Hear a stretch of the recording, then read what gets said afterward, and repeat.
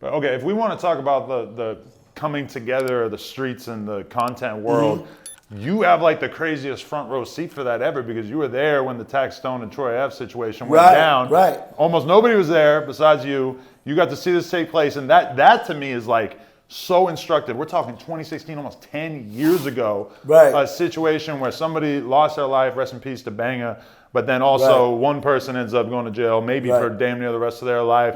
Troy Ave had to deal with all kinds of terrible shit as a result of that, regardless of how you feel about him. But I mean, looking back on that, like, how did that feel at the time versus how it felt now, or feels now? Again, unfortunate. The whole situation, unfortunate for everybody. I don't feel like I was a victim of it. I hear these stupid stories when they say, when I'm beefing on the internet with somebody and they say, oh, your girl got shot and you ran out the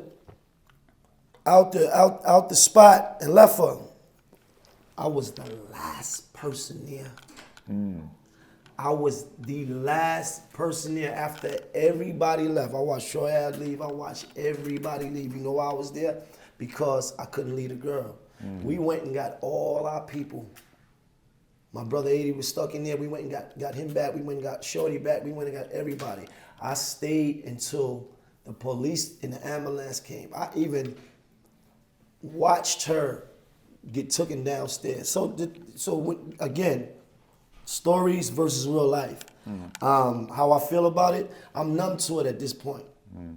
I'm numb to it. It's just, it is what it is. But as far as that, I was the last person there. How I feel about the situation in the whole, I don't feel victimized. I don't feel like it was something on me. I feel like there was an issue that started maybe on the internet that got out of hand, that became something else. And now real life happened. And nobody won. Who won? Nah, for sure. It's just a crazy situation because it's like, you know, the line between journalist or content creator and gangster or rapper used to be a mile wide. It used to be like such different categories. Nobody's gonna mistake a Maino for an Elliot Wilson, right? But then all of a sudden the internet comes in and podcasting comes in, and all of a sudden you have somebody like Tax Stone who's really moving around a certain way every day.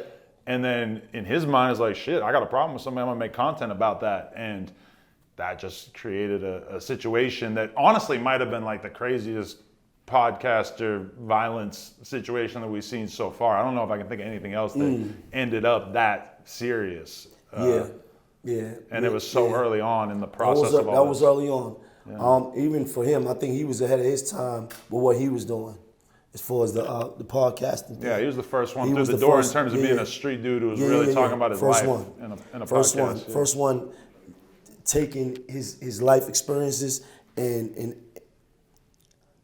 putting it in podcast form. I just think that whole thing just went to a place that we just can't come back from.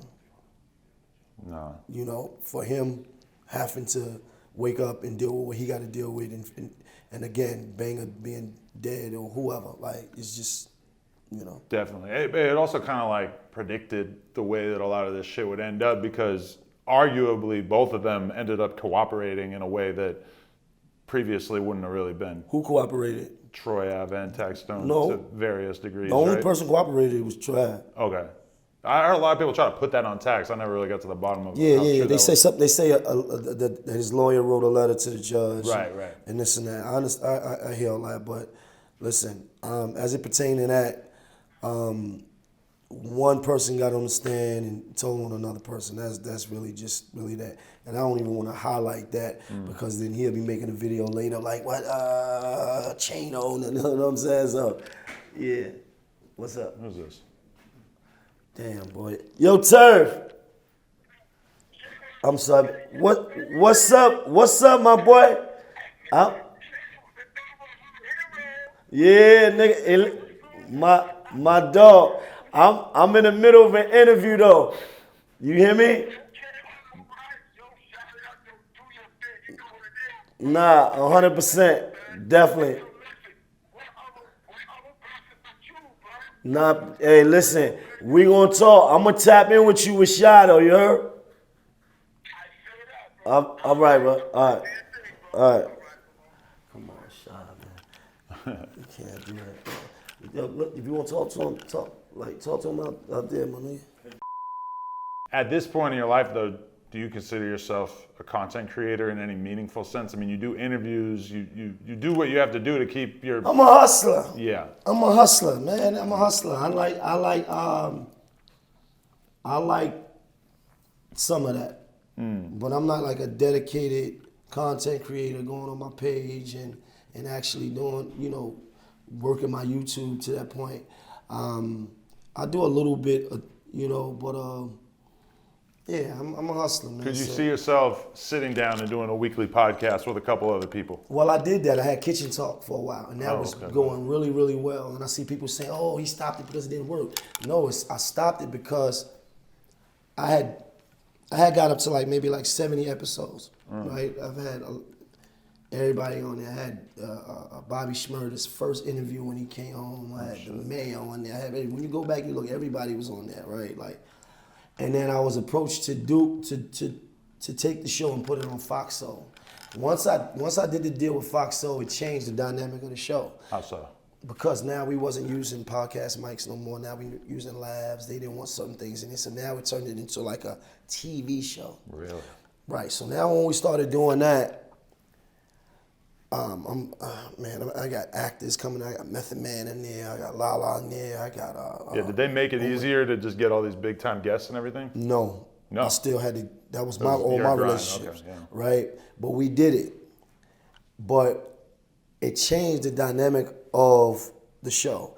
I was shooting one episode per week. But remember, when I started shooting my show, it was on the pandemic. Nobody had nothing else to do anyway. So we were shooting on Monday, shooting on Sunday, and dropping an episode every Wednesday, right? Everybody, Fat Joe, who you think? I've had even a star come on there before. Which one? I gotta think of her name. She was early though. I'll find her. But everybody came on there.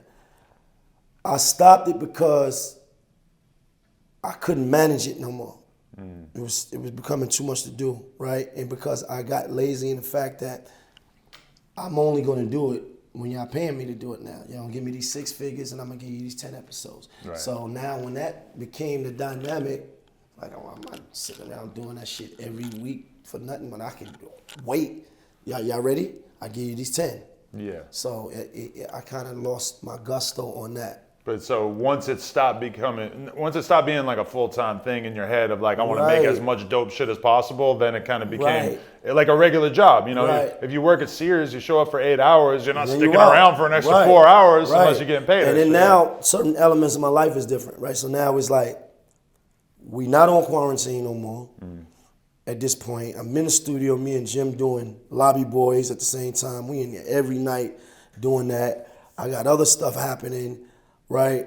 So it got harder to manage. I was shooting in my house, right? And the dynamic of it, we shooting in the kitchen, on the couch, in the kitchen. I was having a cook, shout out to her, Steph Pearls Monroe. She was coming, cooking food, and after the show, we was eating. So you was getting fed, everything. It was dope. Joe Budden been on there. It was dope, right? So when you see people do the food after the show, that came from me. So it just got too hard to manage. It worked.